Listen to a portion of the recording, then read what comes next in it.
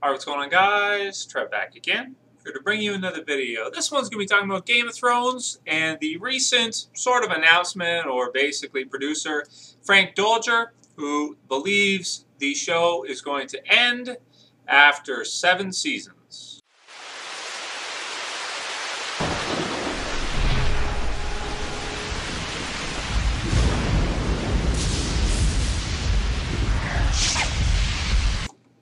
At least that's what he thinks. Now, in terms of what I think about it, I actually think it could go on past that. Now, the show has actually increased in ratings. It has not dropped each season. Even with Season 3, there are more people watching Game of Thrones than there were Season 1 and Season 2. And I don't see any reason to believe that it wouldn't just increase from there, because as time goes on, if the show remains the same caliber of quality, you're going to have new viewers watch it, new viewers check it out, and want to see the rest of the seasons of the series. Even if they missed maybe a little bit, the exposure, I imagine, would get even bigger and bigger and would go on. And my saying is always, if Smallville got 10 seasons, then I would tend to think that the Game of Thrones can definitely get at least 7.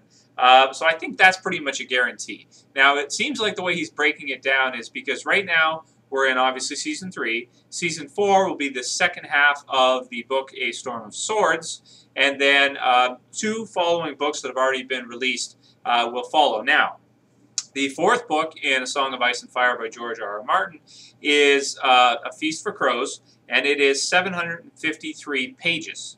So that being said, that probably would make, I would think, 1 season.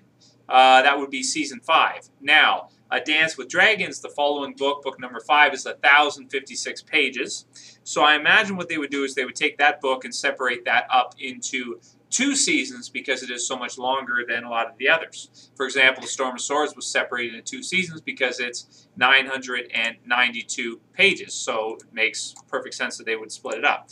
A Dance with Dragons being the same, 1,056 pages, probably split that up too into seasons 6 and 7, and then it would end after the 7th season. That is, if the 6th book in the series, The Winds of Winter, doesn't or isn't finished by then. However, that's 4 years from now. Now, he's released a book every, 3 or 4 years, except there was occasion where he released A Clash of Kings in 1999, and then in 2000 he did A Storm of Swords. So, and then there was 4 years after that, and then there was actually a 6-year jump for A Dance with Dragons, but it was so many pages. So that being said, I would tend to think that since he's already been working on these for a little while, The Winds of Winter and also A Dream of Spring, that he might be able to push out The Winds of Winter before the series, before Season 7 ends, so that they can go ahead and do it with, continue with a Season 8 and Season 9. It would probably be worth it for him, money-wise, to do that as well. So we'll see what ends up happening with the series.